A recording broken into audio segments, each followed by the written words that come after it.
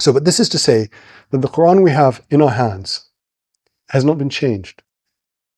And this itself, there's a promise in the Qur'an says that God promises to preserve the Qur'an, and it has been preserved. In fact, if you're a publisher or an editor, you will know one thing, that there's always mistakes.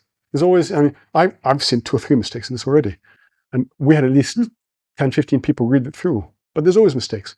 Now, the Qur'an doesn't have any mistakes in it, and has been read out loud in 3 of the 5 prayers every day by every Muslim community everywhere in the world the same way, because there's also rules of how to pronounce the Qur'an.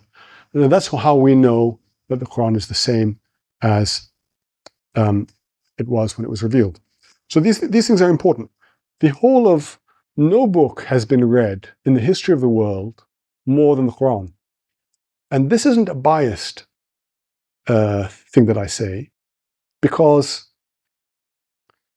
the Bible could not be read, I'm not saying this as Muslim, but in fact it's true, because the Bible could not be read, as you all know,